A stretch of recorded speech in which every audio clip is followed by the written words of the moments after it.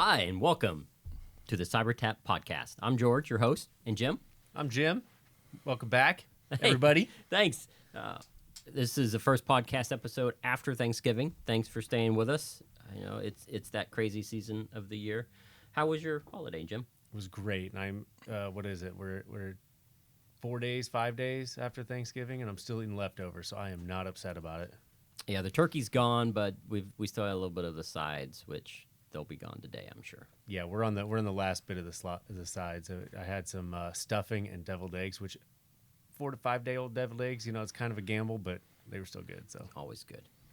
So to continue our U.S. holiday season topics, we last discussed Black Friday deals and all of the fun and chaos that can ensue. We thought we'd talk about smart home and IoT devices and any sort of gadgets that might find their way underneath your holiday tree or Festivus pole, or however you celebrate the holidays. And today we have a special guest, Scott Richards. Scott Richards is a senior information security analyst here at cyberTAP. He's been with us. How long have you been with us, Scott? 13 years. 13 years. Yeah, I remember you. I think you were our first official permanent hire from a couple of different rebrandings ago, right? Back in the Yes. high tech days. That's when cyberTAP was focused heavily on maturing the cyber posture of healthcare organizations in the Midwest. We still do that, by the way, but we have diversified and we help all sorts of people now. Thanks for joining the podcast. Oh, I look forward to it. It's going to be fun. Anything you want to share with our listeners?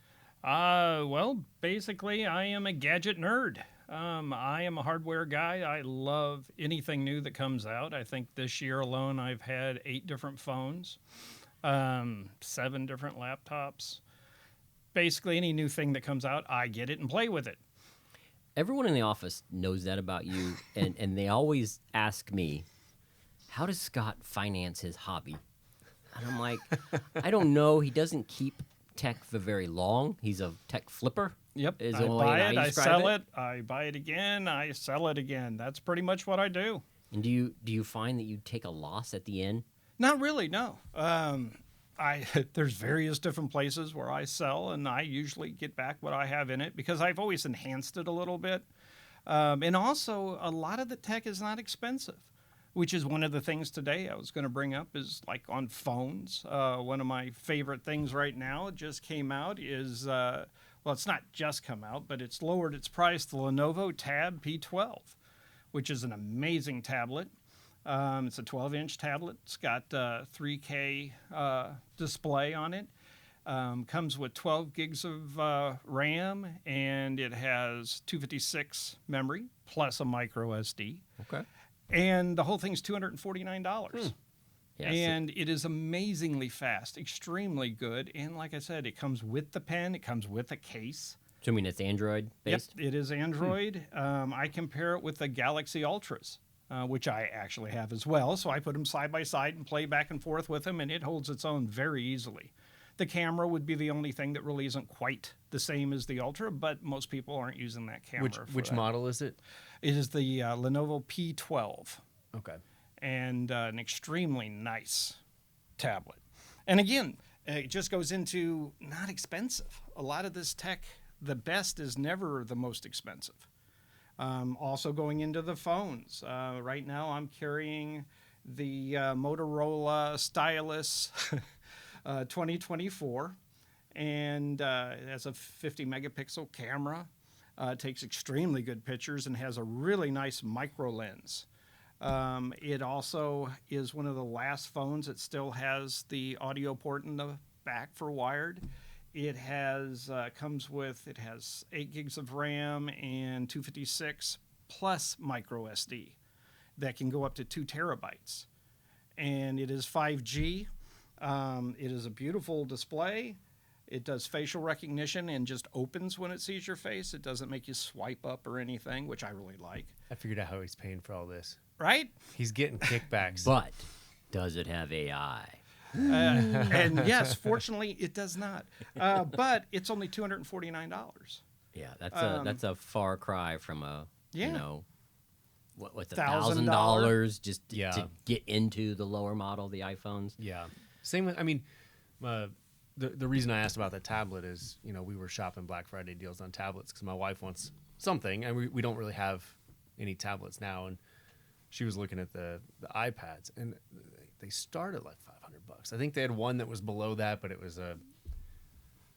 Well, I don't even know what the memory was, the storage was, but it wasn't 64. The low end one right now is $349. Yes. It is 64 gigs of RAM, but it does use the pen, which is nice. The newest one now, the 10th gen low end iPad does use the pen, which but it was $500 to get anything with substantial. I mean, 256 and up, it was easily $500, and then once you're at the Pro, you're $1,000+, and the phones are the same. And just like the Lenovo, it has a micro SD that again you can put 2 terabytes, and it makes it amazingly good. And I love the fact that these, unusual companies are coming out with their own stuff. Now, Motorola's been around a while, but there's also a phone called the Nothing Phone out of England. The Nothing Phone. The Nothing Phone. And it is amazingly cool as well. I have one of those. Let me guess. It's just a simple phone. No, that's the thing. They decided to do something a little bit different on it. The Nothing 2 is the one I have, the next gen one that just came out. And, well, it's been out about 9 months. But anyway, what's really cool about a Nothing Phone, the entire back has different LEDs on them. And the whole thing lights up. And so you can have it sitting down, and according to which light lights up as to what type of email came in or it's a text. I see. So it's right up here, yeah. And it's amazingly neat. And it also is extremely competitive with anything. The design, when you hold it in your hand, is exact same specifications as an iPhone. So they really wanted you to have that same feel when you're holding it. One of the things that's funny about it is every morning the CFO has to do the news on it. And it starts out every morning with him just doing the news. Like a company announcement type of thing? Yeah. Oh, I see. Well, he also does regular news too, world news, sporting, everything. They make him do it to keep him humble. So it's kind of funny. Strange. But it is an extremely nice phone. 120 megahertz refresh rate. But those lights in the back are just too much fun. Never heard of it. How new is this? They've been around now for about 3 years. They had their first one that came out. The second one, the third will be out next year. So the one I have right now is that one there, the 2. And again, just a super nice phone, a little bit mid-range at $549, yeah. And so a really, really nice phone, though. So, yeah. While we're on the topic of phones and knowing our listenership, are you up to speed with the latest developments on, what they would call it, the encrypted phone? A little bit. I played around with, I've read, I should say, about it and how the securities actually work on it. And the only problem I have read or seen anything right now is a bogged down speed. Sure. It is not as fast, but past that, I really am not. Okay. I'm just curious, after the ANOM, the FBI, self-ran cell phone company, if people are a little bit leery in buying encrypted phone, even for legitimate purposes. Yeah. Right. The ones that have been in the market who have gotten mainstream have predominantly been marketed to criminals. Yes. And syndicate. And I've never known anybody, and I figured if anyone in the area has owned an encrypted phone for the purpose of ultra private, ultra secure communications, stripped down features, it would be you. I had a satellite phone that had the encryption, and I only did that because I wanted to see if I could sideload it and bypass all that, which, by the way, you can. But the funny part about it, almost anything like that comes out, it's not long before there are areas you can go to and find out how to bypass it. Sure. So far, there's nothing. I mean, the iPhone, a lot of people went in years ago, they were talking about they wanted a backdoor into the iPhone. And the FBI was saying, we can't get in and we want to be... That was all kind of a joke because you can sideload in. Oh, yeah. I mean, there are devices you can buy right now that aren't even that expensive. They wanted an easy button. I think it was more of a political... It was. We need to set the tone for the nation that law enforcement needs ready access, regardless of an iPhone or Android or the next wave of encrypted device. Now, the very short-lived, I'm trying to remember the name of the Linux phone, had amazing encryption with it. And there was some really cool things you could do with that Yeah, one. was it the black phone? It was. Yeah, I'm trying to think of the name, but that one I know what actually you're talking really worked. And also, people are taking the Surface Duo. If you remember those very short-lived Surface Duo, which, by the way, was an amazing phone. And they are they're putting on Linux on it and using that. And that is something that criminals now are using and things like that, because you really can then do some Sure, amazing you can stop the encryption. Signal app or, Yep. And it's using the cell capabilities, but doing it in a secondary way. And that's really what a lot of that is now pointing at. Got it. Well, I'm pretty lame. I rock an iPhone. I've rocked Same. various iterations of iPhone since probably iPhone 4, but I keep them, 5, 6, to the point where iOS is no longer supported, and I'm forced to upgrade. I have the newest iPhone as well. I love the camera. In the video, there's nothing like that. I mean, you could do a movie on that, which people have. Yeah. So I've got to add, how do you manage your MFA tokens with having a new phone literally every week? I have not had much problems with Apple, but with Android, I have had problems. Too many phones, and I've had to call and tell them to go ahead and wipe out those last 40. Yeah. And at Purdue, our Duo, I've had to go in there as well. Because I think at one time I had 27 of them. So as long as you had a functioning device that you could re-authenticate. Yep, To I just add go or back remove. in, have to delete, and go on. Microsoft for the laptops are actually the hardest thing I have. Yeah, because you get like 5 registrations for the basic go through 65. And if you go to the store and you try to load anything new, even if you've purchased it, it says, and then you have to go back and find it, take it out. But if you go to my encryption keys in Microsoft, it's 6 pages long. Doesn't say you're on somebody's list. I'm Yeah. sure. So what was your biggest purchase for Black Friday? The Asus. Yeah, explain what's going on here. Okay, so this is a dual screen laptop. Above and below. Yes. For those who are audio only. Yeah, And- it looks like a really big flip phone with a keyboard. It does. Yeah, pretty much. And they're extremely nice. It does give you 2 screens without taking up as much real estate as a regular laptop You said would. Lenovo. Yeah, this is there's a Lenovo and this is an Asus. There's the only 2 right now that Gotcha. have it. The Lenovo was sold at Best Buy. I had one the day it came out, and every one they sold, they got returned. Because after about 30 days, the drive went crazy. Even mine did it too. And I had to return it. And then I was very heartbroken because I really loved the whole idea of the dual screen. And then Asus came out with this little guy, and it is extremely nice. They're a little pricey. Touchscreen too? $1,600. Yes, they're touchscreen. They Yeah. come with a pen. The keyboard is extremely nice. Good springy keys, which I really do like. And you can then take it, drop it down, and set the keyboard on the bottom screen, which then turns it into just a standard laptop. So you don't have to use it the other way. That's And fancy. they're really, really nice. They're knew? Ryzen 9s, which I really like. There is an i9 as well. So you can, if you like Intel, if you like Ryzen, whichever way you want to go. How do I get that on my department budget, George? Talk There to you Mike. go.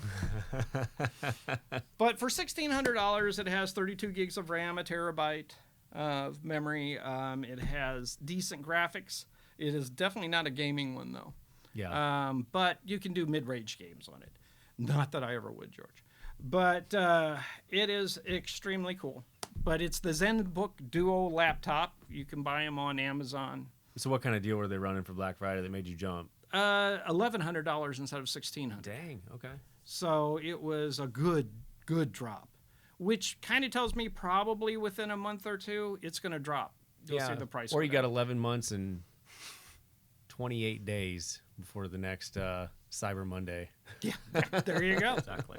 Well, and if you decide you don't like it, because of the discount, you might be able to actually get some, all of your money, if not more than your money back. Right. Yeah. And according, my wife has really made this her thing is get it, you don't like it, return it. Amazon's great about that. True. You'd end up, takes you 2 seconds to print up the thing, you take it to Staples, back it goes. Yeah, I've been carrying a lot of stuff to Staples lately for the wife.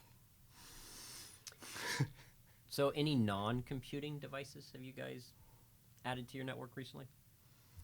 Like cameras or yeah. sensors? I've got a bunch door of locks or... the little smart switches, smart outlets. We definitely bust those out during the holidays to control the Christmas tree and Christmas lights and all that. So I'd say throughout the year we probably have 3 or 4 that we keep on, lamps and whatnot. But we've got an army of about 15 that we deploy around the holidays to put up Christmas lights and whatever other all little the same decorations that need. vendor? Yeah, Hodgepodge of... well, so we call them Wemos. They're Wemos name brand, kind of like Kleenex. We don't use any of those anymore, but we still call them Wemos. But they are the same brand. It's one of the top recommendations on Amazon. I couldn't tell you what they are, but they sync up to the app really nicely. There's a kind of a home control app for that stuff, and they sync up nicely with that, which is why we just keep buying them. Right, because I know a lot of folks that they buy them when they're on sale. Yeah, and let they me end see. up having 5 or 6 different apps. Yep. And Right. So we use the Smart Life app, which I think at the time was kind of a little more of a proprietary system, but now they're open to other devices, so you can add multiple things to it. And I actually just got an update, I think a week or 2 ago, that looked like there was some expanded capability on that. So I don't know beyond. We just use the smart outlets, but beyond that, it looks like you can do quite a bit of things. But I would say, when we run the 15 or so outlets, it handles that pretty well, and we can access it pretty real time remotely, for good or for bad. But I would say that's the prime, at least for our home network, that's the primary non-computing device. What about I you, was Scott? just looking at the app that I use, and it's also Smart Life. Yeah. Okay. One of the things I got into lately is I like to play with different cameras, and the Wyze WYZE camera, which start at like $24. Is it maker of the old Wyze terminals? I don't know, to be honest, but Old green screens. they're on Amazon, and literally a floodlight one, an outdoor floodlight one's only $49, $29 for ones that they pan, tilt, everything on a thing. They run extremely good. They're all mostly 2K HD, so they're really good for $24. Buy them on Amazon, and they have about 20 different types of cameras, and I have 8 different ones all hooked up at the house, indoor or outdoor, just playing around to see how they work. And oddly enough, they're cheap, really cheap, $19 one. Is the resolution Runs pretty terrific. good? The resolution is amazing. And I would show you right now, but sadly, my Wi-Fi went out right before I left. But these cameras are extremely nice. I really, really like them.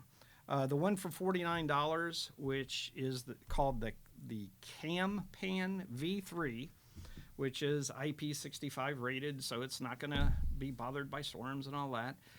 Extremely nice. And it can see a pet and follow it in the backyard, which I really like. Automatically, so it yes. has pet identification? Yep. Crazy. And you do not have to pay for a service with it. They all take micro SDs as well, so you could record just that way. They also work on their app, which one of the problems I had with other cameras is I couldn't have 4 of them all up on my screen at the same time, which is what I wanted to do. Sure. To look at them. A lot of them just do one at a time. You have to scroll down. With this, you can put all 4 on there, 4 at a time. Does it support non-Wyze cameras? Like no, it's their own thing. Okay. It's their own camera one. But you can put in, I have a couple of really old apps where if you put in the IP address of a camera, they come up. Yeah, so they can either hop on to find the management interface or something on that camera. Yep, Amazon compatible and Google Nest compatible, so I can just say, show me the backyard, and boom, it comes up on the TV. Yep. Which is extremely nice if you're waiting for a package from Amazon, which I do a lot. And I can just say, show me the front yard. It pops up, and I can sit there. And then you can also set it, if you don't want to keep getting alerts every 5 seconds, which it will do and send to your phone with a picture or your watch with a picture, which is also kind of cool. But you can zoom into one space on your walkway. And if anything goes on that particular space, then it takes the picture and sends it to you, which is really neat. That way cars that are behind it driving by doesn't trigger it. So you can tell it to focus on an area. Yep. And Yeah, the new Ring doorbells will do that as well. Because I know my old Ring doorbell, it would, every time someone was walking their dog that was, a good 30, 40 feet in front of the house, it would go off. Now you can set zones. And, if they get close to the house, it starts recording. we still haven't mounted our Ring to our house. It just kind of sits on our front porch. I don't know. I've got a weird thing about permanently mounting something like that. Well, Ring, rolling into that, Ring is coming out with the very first flying indoor drone. Oh, it's indoor. You said this. Indoor. All right. So you mentioned this pre-show, and It's an indoor I thought drone. it was outdoor. I thought it was outdoor as well. Yeah, no, it's indoor. It will just fly around So it inside terrorizes your house. cats while you're gone. And I'm sitting here looking at it. It's coming out in 2025. They're guessing it's going to be, because they're not totally saying what the price is, but around $500. Okay. And it has its own dock, so it will fly around inside of your house. If somebody is like jiggling a window or something, it will go to it. If you have a pet, I don't know, does it chase your pet? So use case is house monitoring or home, Yeah. home defense, home security. And it Interesting. will go and fly back to its own dock and charge itself back up and then launch itself again. Is it controllable for the user that if if we were on vacation and Yes, I you said, hey, can. is our coffee maker still on? You could Yes. send it on a mission to go check the coffee maker. Yep, you can control it manually or you pre-program a flight path. And it looks extremely cool. Wow. And it is, you can go on their website now and look at it. Or extremely talking terrifying, about it. depending on what side of technology you're on. My wife has already threatened me, but I have to have at least 2 of these because I really like to see how they will interact with each Well, other. I've seen some developments in like the industrial security systems where you might deploy something like this, probably more of industrial grade in a warehouse, right? So rather than paying a security guard to Right. do your rounds every 3 or 4 hours, you'd have a drone or a Yeah. robot that would actually go. Now they're not going to be able to intervene, but they could notify, they could call. Yet. Can't intervene yet. Yeah, well, you get some, you Yeah. 3D print some turrets and put it on those things. Right. Flamethrower, Exactly. I'm just seeing one Yeah. with those little paintballs, but full of the capsaicin. something. Or Put chili pepper balls, pepper or pepper something, spray. and suddenly, Pepper spray. it's popping at you. I could see that in the second that comes See, out. I made a prediction over Thanksgiving with some family that we're going to be fighting the machines in less than 5 years. So this might just be another. There is target a work. flamethrower drone you can buy right now. It's $1,500. Okay. And you just pour gas in the little thing. Up it goes. It takes about 5 seconds to learn how to fly the thing. It's really easy. And it shoots about a 15-foot spray Is it of meant fire. for like control burned and things? I mean, Well, according to its little, and you can look it up if you go on YouTube, just put in flamethrower drone, it'll come up with the video. It's for wasps' nests. Oh, And it okay. shows them in a forest burning down a wasp nest, but it looks like the whole forest could go shortly after Sure. that. It also shows them spraying a power line. I don't really know in the commercial. I don't really know With what fire? that part. Yeah, Maybe it's the de-ice is something. I don't know. Like I said, You just see the guy out there and he's hitting a power line. And I'm Not thinking, recommended. Who are you targeting with this? But it is, and that's out now. And the sad part is there's not a real age limit on this thing, which is Yeah. kind of spooky. Yeah. And Surely it's known to the state of California to cause cancer too. So right, exactly. yikes. yeah, that's and So that's version 2 of the Ring one you were looking at. right. That would Okay. that is available now, and it is just an absolutely spooky little thing that. So Doug took me up there, and there's a nice little store in Monon, by the way, that sells all these different drones, and it was in there. but going back to the Ring one, I think we refuse to put a Alexa, a camera, a Ring, whatever inside our house for security reasons, and I feel like the Ring drone is just one step further in that direction of why I don't want that. Because at least with a stationary camera, I can set it maybe just pointing at the front door if we're on vacation to know if something is coming through the door, whatever. But a drone's a little bit, that's a little bit way outside of my comfort zone because it moves and you can't just tell it to look in this specific area or pan this specific corner or hallway. It can go wherever the heck it wants.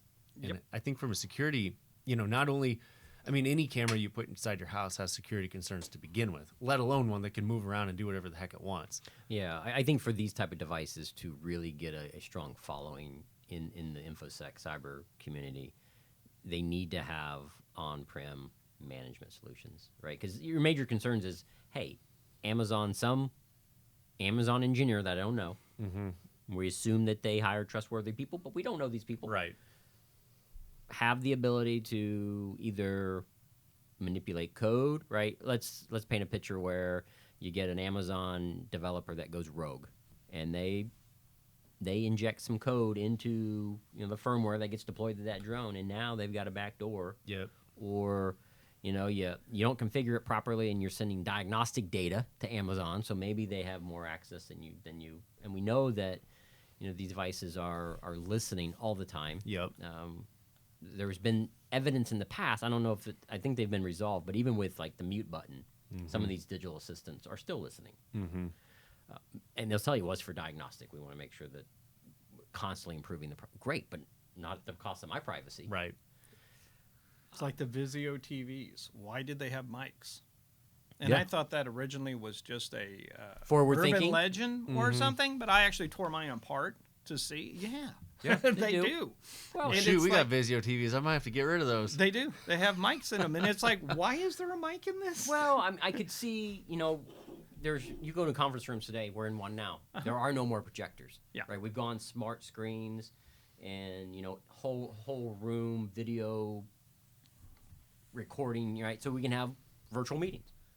Maybe it was forward thinking that this thing's going to be, doing Zoom over your TV. And rather than having additional mics, so I can see a use case for it, but it should be blatantly identifiable. Right. You should be able to go into configurations and disable it, right? It shouldn't be... And actually disable it, not just... Yes. Quote, software disable, turn right. it on. Yeah, exactly. Yes. Now, so that's my point, right? We build these things, we buy these things, and sure, the companies have good intention, but there are folks out there on the bad internet that do not have good intentions. And it's all about, and I said the message that I want to give our listeners today is, right, if you've got a hodgepodge of smart IT, IoT, digital assistants, cameras, whatever in your home, the account, the credentials, the MFA they're using to protect how you access those things, that needs to be robust and strong. Right. And if you don't know what that means, reach out to us on our email. I'd happy to schedule a call with you and talk about how you can better secure your home. Because if you can access these things remotely, guess what? So can Scott. Yes. And Scott's a nice guy, but he's got a mortgage like the rest of us. So well, let's secure those accounts, folks. going back to playing with all the different phones, Motorola came out with a really neat thing. They had a Think phone, which is really a fun phone, also about $249, extremely nice, but it had a new feature. And that new feature is you hit a button to go out and connect to any television nearby that is connected to the network.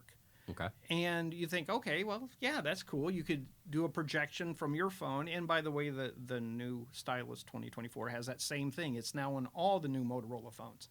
But if that phone has a mic, suddenly you can connect into a conference room and start listening to the people in the conference room through your phone. Oh, yeah. Okay. And not that I've done that, but it does. And it's not even meant as a hack, but... It's just how it functions. Right. So, but it's very easy then to do that. Sure. I mean, I think it's meant for people that want to streamcast and, to devices. Hey, look at this cool YouTube video. Bam, it's instantly on the television. Right. And if you're walking outside, let's say you're walking your dog, it's amazing the televisions that suddenly pop up that you can then connect to from your neighbor's house as you're walking past it. Oh, yeah. And Where that near 'cause these field things energy have- is, 30, 40 feet. So, And that's out there, not even getting into Bluetooth, which also has some just terrifying things that are now popping up with those as well, and camera control hacks. Oh yeah. where if the Bluetooth is on and I'm near you, I can turn on the camera on your phone and watch you on my watch. I'm really starting to think the Amish are onto something. Right?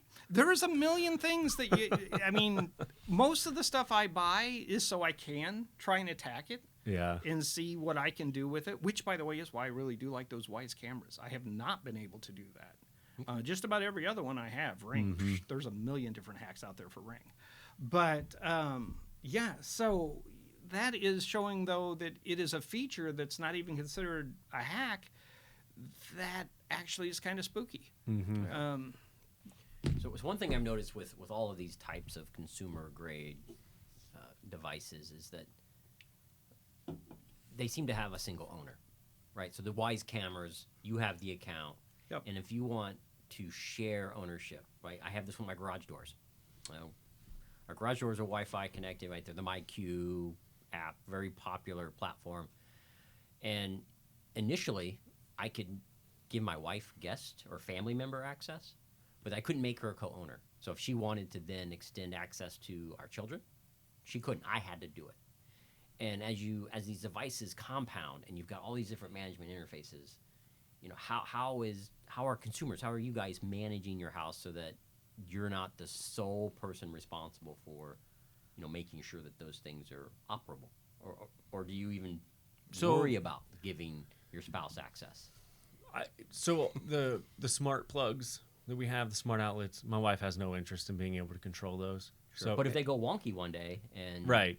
So, and a common occurrence is, you know, I'll be out working out in the building or something, and the kids will want their little nightlight turned off because we turn it goes off every night at a specific time, but sometimes they want it off early. And so she'll text me and say, hey, can you turn their light off? Or like I'll be traveling or be, you know, away from the house and I'll get this phone call. Hey, can you turn their light off real quick? So from that standpoint, yes, it would be very helpful if both of us had access. But the way it stands, for those, I'm the only one that has access. Now, most of it's automated. Most of it's on timers. 99% of the time, it doesn't matter. Got it. I would say actually same for the Ring. So I'm the only one that has access on that, which she doesn't really care.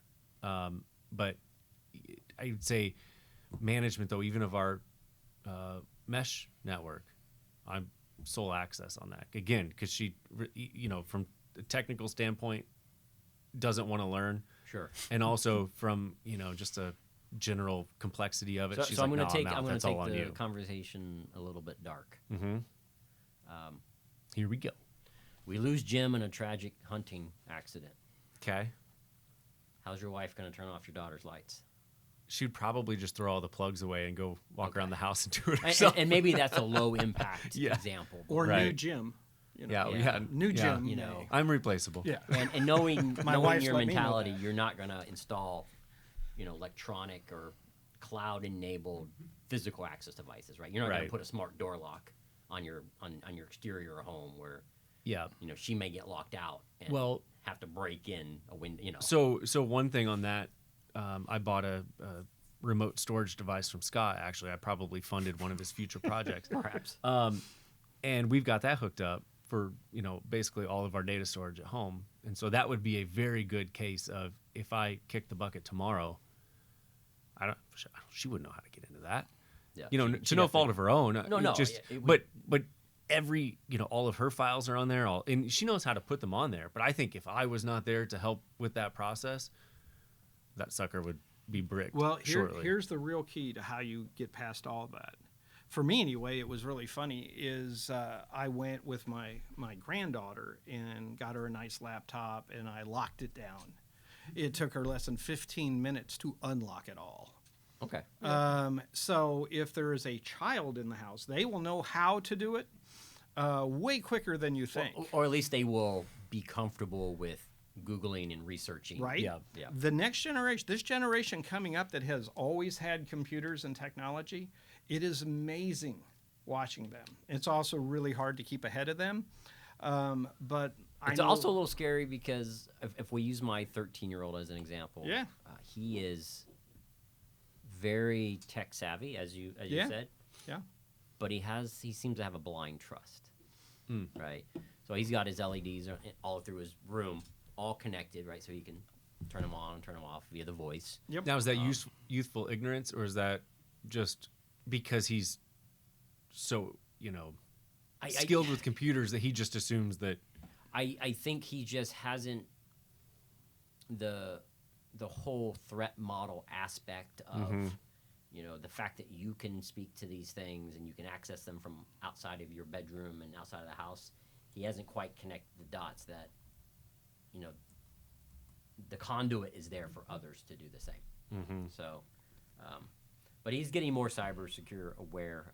Maybe that's some of our views on YouTube. He's definitely watching our podcast because he'll bring topics up at dinner that clearly came from our podcast. So, well, I had my daughter want me to look at my granddaughter's computer because she's running circles around him. And, they're using all the right software. Sure. And I went in there and her computer just looked all nice and pristine. And I'm sitting there like, I'm looking at logs. I'm thinking something ain't right. And so then being me, I'm like smirking around a little bit. And there's this thumb drive that I popped in, turned on her laptop. It booted into the thumb drive. Live drive. Huh? Yep. And she had her own virtual machine, everything set up. And rather frightening. So, you kind of have to really, really watch. And it is getting, but these kids are learning all this. If you go on YouTube and you just type in kids teaching kids how to hack, oh yeah, there are tons of videos where children are teaching other children. And they do it at their level. So it's easy for them to understand, easy for them to go through. And so you don't really think that the 12-year-old walking by is somebody that's looking at your passwords or looking at an IP or anything like that, but they're the ones you really have to pay attention to. Sure. This is why I have trust issues. Trust but verify. I trust nothing. If the Diffusion of Innovation by Everett Rogers. Okay. So you have the early adopters, which is Scott. You've got the majority that kind of just fall in line after, and then you've got the laggards. I am so deep into the laggards. I'm probably one of the last guys, mainly because of trust issues. Because I just, I want the bugs worked out. I want to know everything about it. And I don't think I know enough to be on that erbly adopter roller coaster. Yeah, I don't see you getting all electric vehicle anytime soon. Yeah, definitely not. We'll have to pry that combustion engine from your you will. dead Cold dead. And I am going to get the electric Fiat. Yeah. The Fiat 500e. I really want that car. Are they still making those? That's the new the 500? Well, this is the 500e. It's an electric one. It's the new. Okay. And it is extremely nice.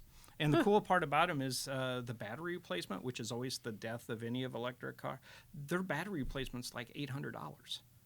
So it's not crazy. Yeah, that's so that 10 puts times it magnitude really, cheaper than... and you can charge it off a normal wall outlet. It takes a lot longer. It takes about 8 hours. But if you're doing it at night but if and you're just sleeping, plugging it in, yeah, look up Fiat 500e. It's amazing. Yeah. And they're not horribly expensive. They're like $30,000. So for an electric car, that's not bad. Does it have cameras and microphones on the inside? It does. I'm out. Got to make sure the driver is aware. Yeah. Well, anything else we want to talk about on smart devices? I want to talk. So one thing, we mentioned all these IoT things, and I want to talk home Wi-Fi a little bit because we set up a guest network. So all of our extra stuff, if it's not my phone, my wife's phone, our laptops, it's on a guest network, which is protected differently. I mean, they're both protected, but it's still segregated. It's logically isolated from but they're, the data that you depending care on about. what you have, that would give me a doorway into your house. Okay. See, the guest network, I don't ever turn on my guest network. Yeah. I'm very paranoid about it. I actually have a secondary Wi-Fi. Okay. Just for that? Just for that. Okay. Because I am horribly paranoid. Yeah. Just because I know people like me.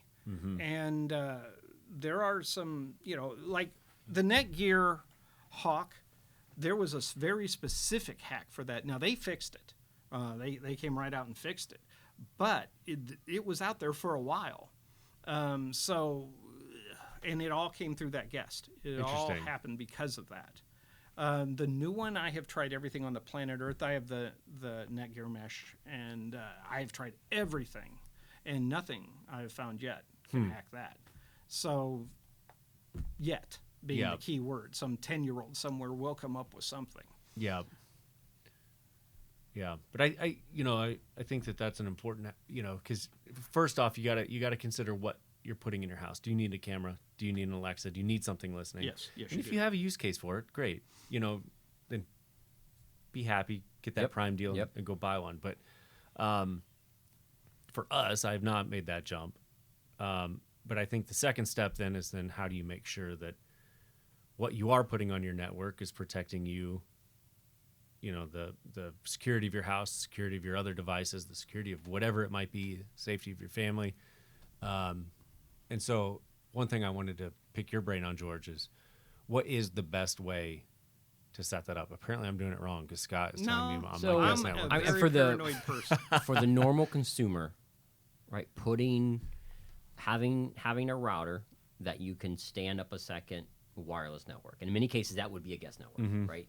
It's configured from the router as a guest network. Now you name it differently. You assign a password to it. You give it a different IP scope, right? So it's going to get different addresses. So it's logically separated.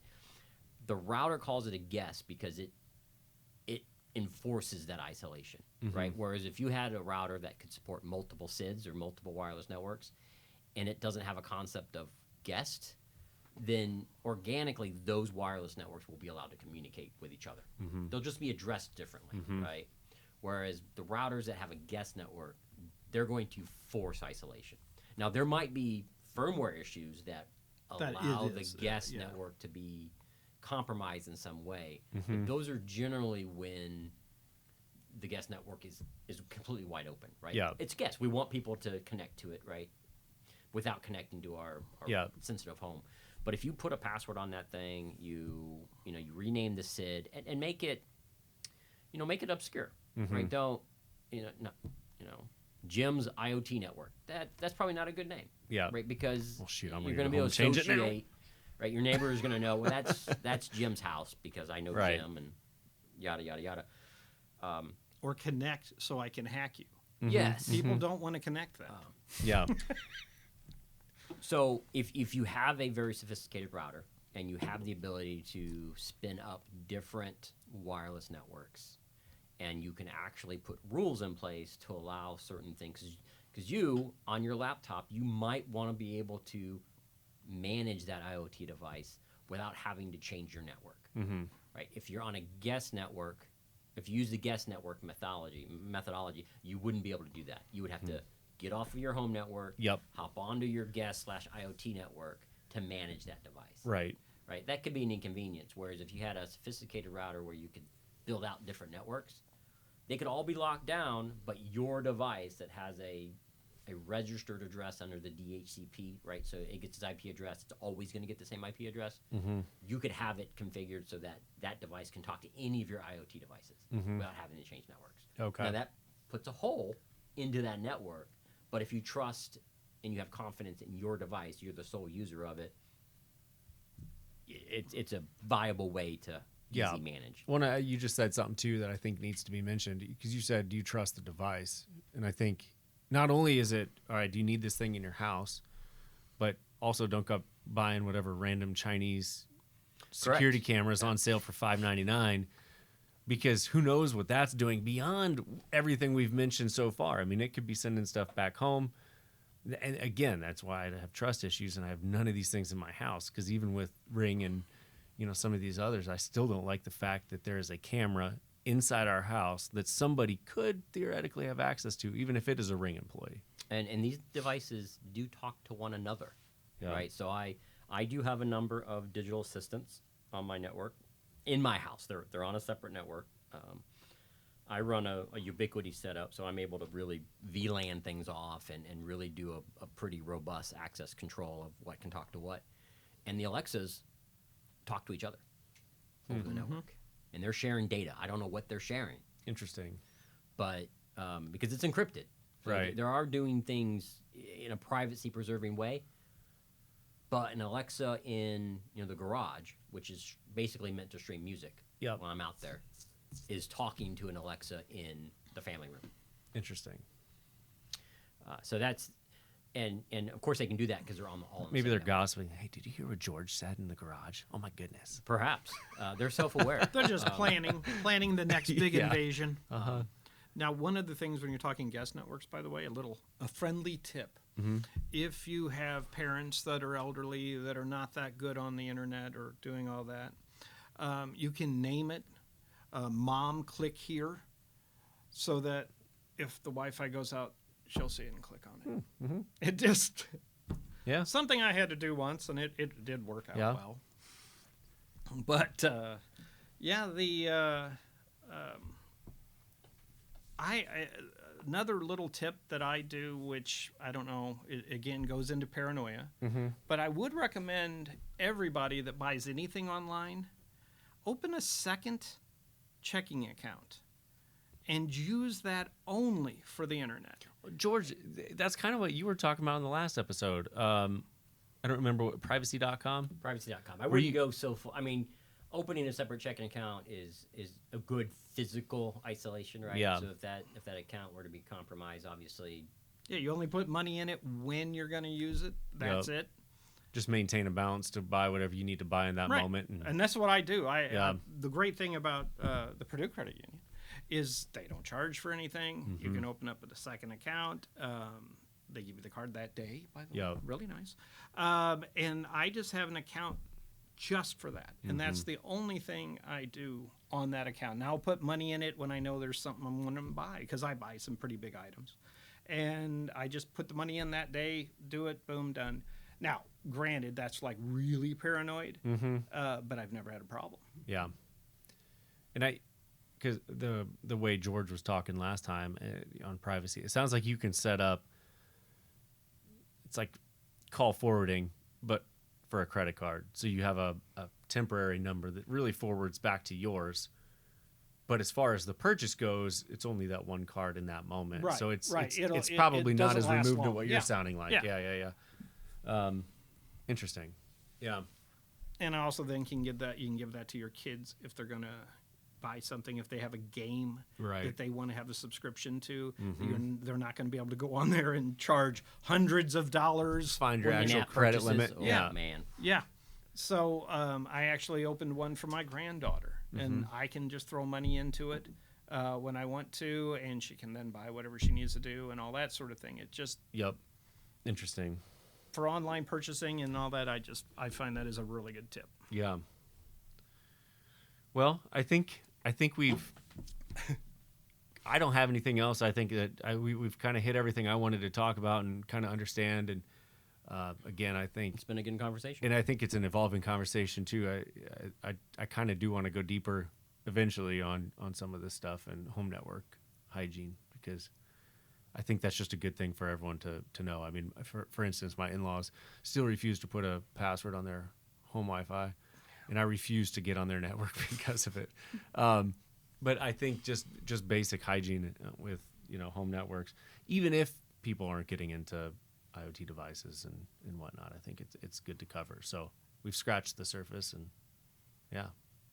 It's been Scott, good. thanks Well, for Scott, hopping on and sharing some of your loved it. toys. It was fun. Next time you're on, we'll probably see Scott's newest lineup. So I'll have one of those drones the minute it comes out. well, bring it in. I Yes, want to see definitely it. bring We'll it in. have it survey Yep. the office. Yeah, maybe I bring was some actually Nerf guns thinking too. about We'll that see if we we can could take it set down. that up. Yeah. Well, cool. Well, if anybody has questions about any of this, definitely reach out to us at cyberTAP.Podcast.Purdue.edu. And George, I'll kick it over to you. Thanks, Jim. And you can certainly reach out to us on our socials, LinkedIn, X, or Twitter. Happy to engage. Let us know what's on your shopping list this year, and we'll discuss what you should be concerned with next time. Until next time, bye-bye.